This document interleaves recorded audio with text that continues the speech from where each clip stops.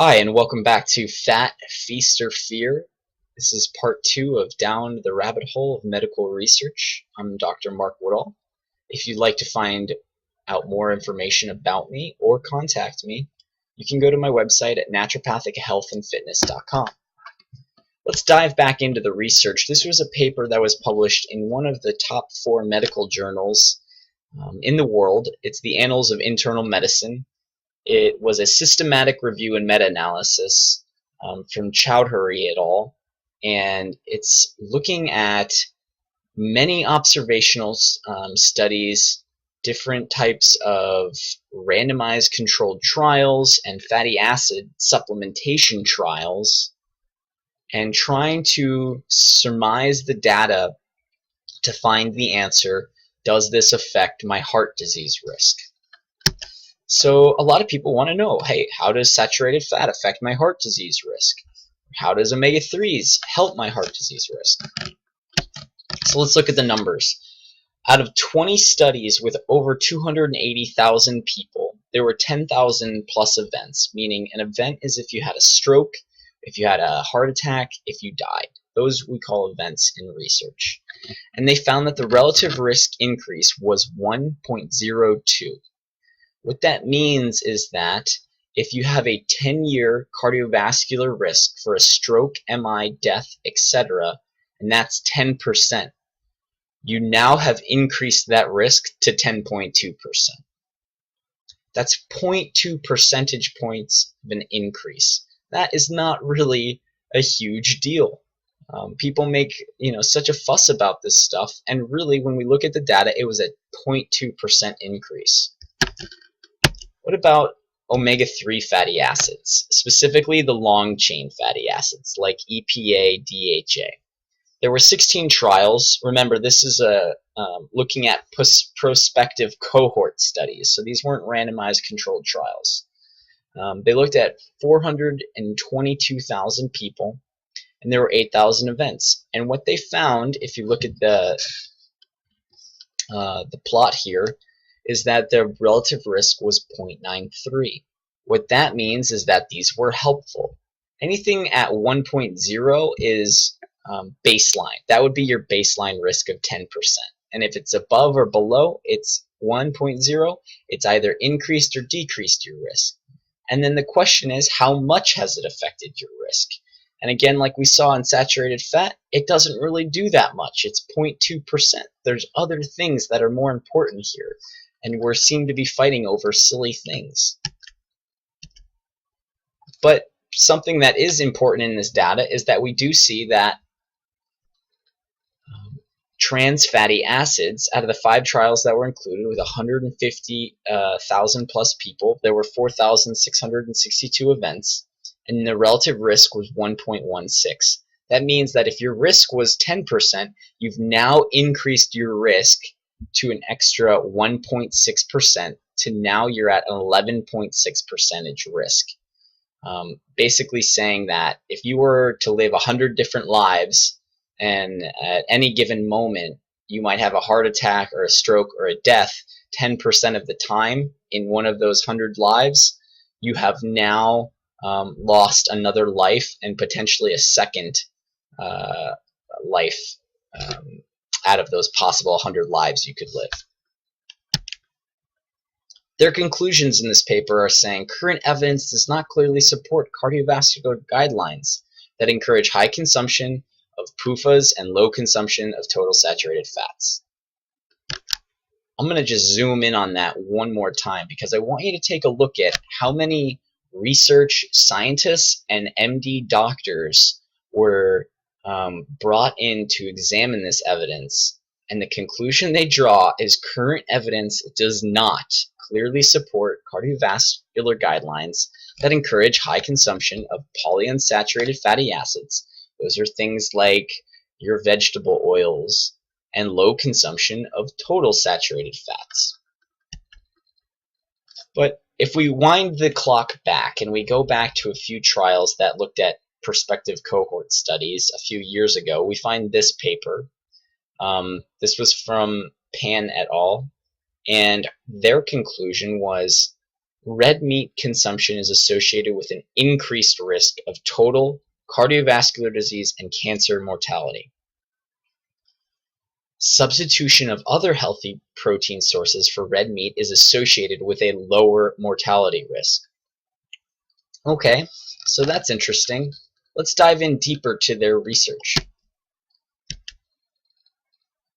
They go on to say, men and women with higher intake of red meat were less likely to be physically active, were more likely to be current smokers, to drink alcohol, and to have a higher body mass index.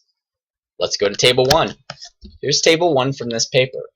As you can see, the very first thing that I've highlighted in terms of the rows is that this is a quintile group where they divide meat consumption into 5 categories. And the first group has the lowest meat consumption at 0.22 and of servings per day. I think it's grams per day, mean servings per day. And then the 5th group has 2.36 servings of meat per day. Okay. Then let's go down to the current smokers section. And we find that there is a 3-fold difference between group 1 and group 5. In group 1, only 5% of people are smoking. In group 5, who's eating the most amount of meat, we're now at almost 15% smoker. So 1 out of 20 people who aren't eating a lot of meat and smoking, where if they are eating a lot of meat, they've now 1 out of every 6 people is eating meat, or I'm sorry, smoking. So that's a huge important fact to know in this paper. Then we look at alcohol consumption. 8.4 grams, so the people who are eating the least amount of meat are also drinking less.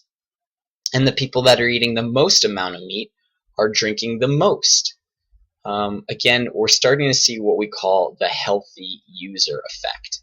And the healthy user effect says that these are people who care a lot about their health, and they're going to continue to follow all of the things that are put out about their health because they want to go to yoga, they want to get good sleep, and they want to do a lot of great things for their body, but it makes it hard to determine what is actually the important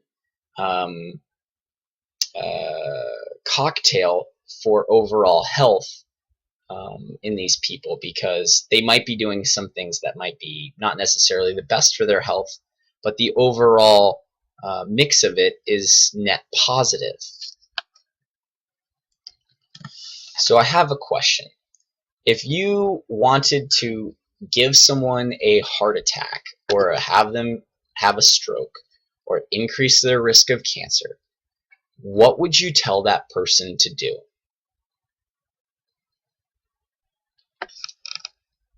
Actually, let's change the question and let's make a bigger question.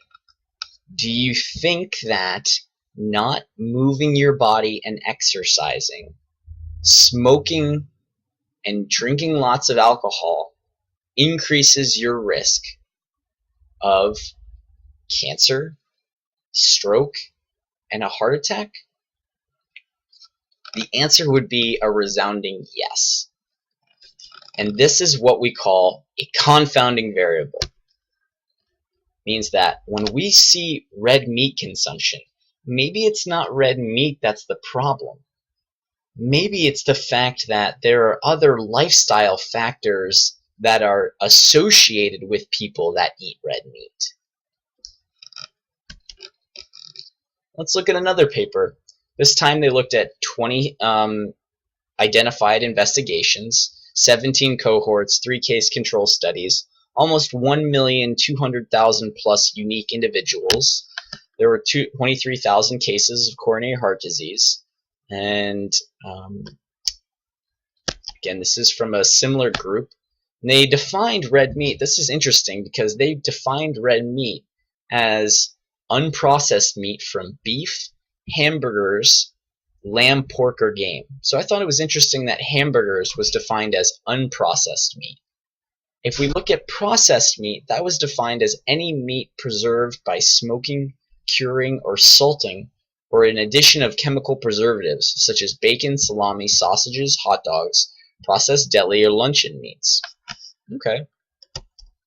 They go on to say that no randomized controlled trials of red, processed, or total meat consumption and incidence of coronary heart disease, stroke, or diabetes were identified.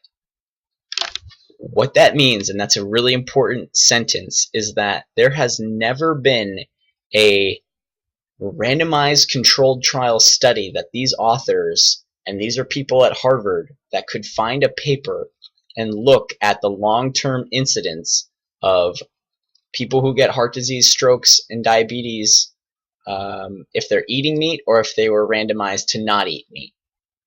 Okay, the authors then go on to say that 4 studies reported how red meat versus processed meat intake was associated with other dietary and lifestyle factors at baseline.